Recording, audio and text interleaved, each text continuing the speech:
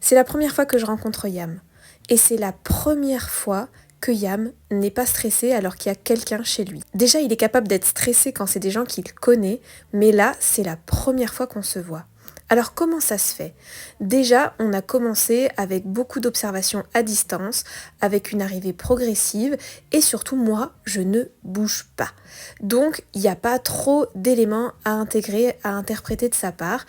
Tuan en fait fait des exercices qu'elle a fait déjà beaucoup avec Yam quand il n'y avait pas d'éléments stressants. Maintenant, la difficulté, c'est juste que je suis là. On voit que Yam, il est quand même super vigilant. Il fait attention à l'environnement et on voit aussi qu'il prend conscience que je suis là.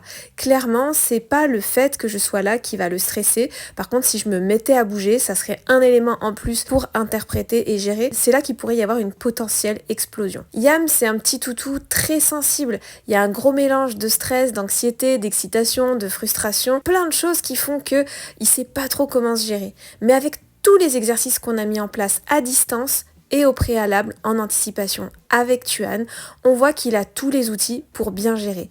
Tuan était super heureuse car c'est vraiment exceptionnel pour elle que son chien pour la toute première fois ne réagisse pas à l'arrivée d'un invité chez lui, qu'il soit complètement détendu.